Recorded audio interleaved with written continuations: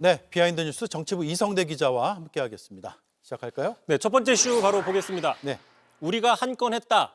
자, 지금 민주당이 통일교 특검을 수용하기로 하면서 가장 고무된 곳이 있습니다. 바로 개혁신당인데요.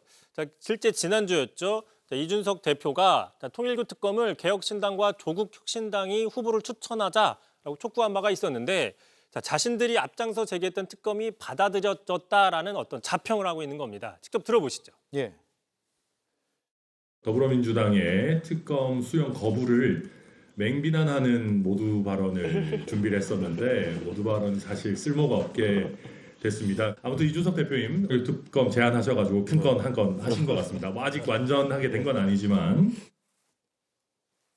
예. 통일교 특검 얘기가 민주당 인사 일부 연루 의혹이 나온 이번 달 초부터 나오기 시작했잖아요.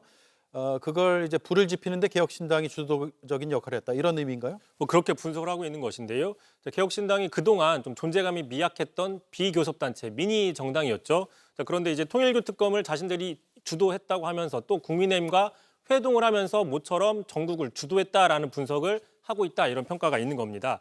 자, 그러자 이제 한동훈 전 대표 측에서도 무슨 소리냐, 우리도 있다 이런 기류가 좀 나타나고 있는데 자, 보시면은 개혁신당보다 먼저 그러니까 전재수 장관 등의 이름이 구체적으로 나오기 그 전부터 이미 특검을 주장했다라는 기류가 또 있는 겁니다. 예. 특히 그 통일교 사건을 게이트라고 먼저 규정했다라는 이야기도 나왔는데 조갑재 씨 얘기 한번 들어보겠습니다.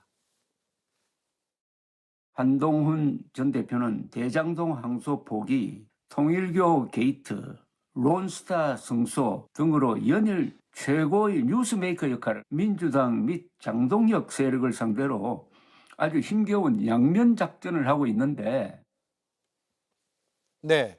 야당에선 그런 생각을 할 수는 있겠는데 민주당은 또 입장이 다르죠? 그렇습니다. 민주당에서는 뭐 소수 야당이나 전직 야당 대표의 압박과는 전혀 상관없이 뭐 민주당 지지층의 여론 등을 살핀 자체 판단이었다라는 입장을 보이고 있는 것이죠. 뭐 해도 손해볼 게 없고 오히려 국민의힘이 괜찮겠느냐 또 이런 분석까지도 당 안팎에서 나오고 있습니다. 자, 특히 이제 이준석, 한동훈 이 두 사람은 김건희 특검의 수사 대상이면서도 통일교 특검을 통해서 물타기를 하고 있다. 또 이런 비판이 이미 지난주부터 나온 적이 있습니다. 직접 한번 들어보시죠. 두 분이 유달리 이 사안에 대해서 기다렸다는 듯 별도 특검을 주장하는 등 물타기 중이라서 눈에 띕니다. 국정농단 특검을 하고 있는데 계속 버티고 수사도 계속 회피하면서 지금 갑자기 통일교 특검을 얘기를 꺼내는 데는 상당한 저희가 있다. 예. 다음 이슈는요? 자, 두 번째 이슈 바로 보겠습니다. 당신의 정체는 자, 최근 이재명 대통령이 통일부 업무보고에서요. 자, 일반 국민들이 북한의 노동신문을 보지 못하는 것에 대해서 왜 못 보게 하느냐 풀어주자 이런 제안을 한 적이 있었죠. 예. 국민 수준을 너무 낮게 보는 거 아니냐 또 뭐 북한의 선전선동에 넘어갈 국민들은 없다 뭐 이런 식 이야기를 한 건데 자, 그러자 이제 국민의힘에서는 강력한 반발이 나오기도 했었습니다. 잠깐 보시면 자, 장동혁 대표 같은 경우에는 이 대통령이 북한에 백기투항한다. 나경원 의원 안보의식을 서서히 좀먹는 위험한 시도. 자, 김민수 최고위원은 당신 정체가 무엇이냐라고 날선 반응을 보였었죠. 예. 남북 관계는 여야의 입장차 큰 분야죠. 일단 국민의힘은 강하게 반발을 했군요. 그런데 이제 친윤계 핵심이자 중진 의원이죠. 국민의힘 권영세 의원은 좀 다른 입장을 내놔서 눈길을 끌고 있습니다. 예. 자, 어제였습니다. 자신의 페이스북에 이재명 대통령이 노동신문 같은 북한 자료를 보게 하자라는 그 주장에 대해서 보수층은 대체로 비판을 하지만 자, 지금 우리 사회나 우리 국민들을 신뢰하고 북한의 자료들에 대해 개방할 때가 됐다라고 이야기를 했습니다. 참고로 이 권영세 의원은 윤석열 정부 초대 통일부 장관이었는데 네. 당시부터 비슷한 주장을 이어왔습니다. 자, 당시 주장 한번 들어보시죠.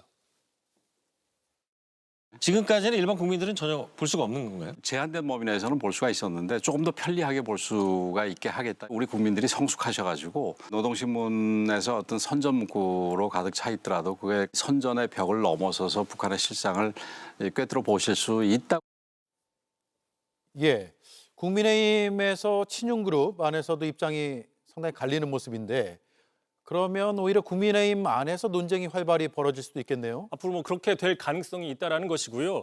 자, 그러자 이제 민주당에서는 곧바로 박지원 의원 같은 경우에는 자, 노동신문 열람은 그 자체로 가장 효과적인 반공 교육이며 자, 국민의힘 친윤계도 찬성하고 있다 이렇게 적극적으로 또 두둔하는 모습이었습니다. 네. 자, 일각에서는 국민의힘이 지금 불법 매체나 이념 선동에 자, 국민이 무방비로 노출되거나 뭐 쉽게 선동이 될 수 있다라고 우려를 한다면 왜 앞서서 지난 그 탄핵 정국 같이 저런 시절에 저런 뭐 이른바 캡틴 아메리카와 같은 대표적인 그 정체불명의 선동 행위에 대해서는 왜 강력하게 자, 당신 정체가 뭐냐 이렇게 비판하지 않았느냐 또 이런 지적도 나오고 있습니다.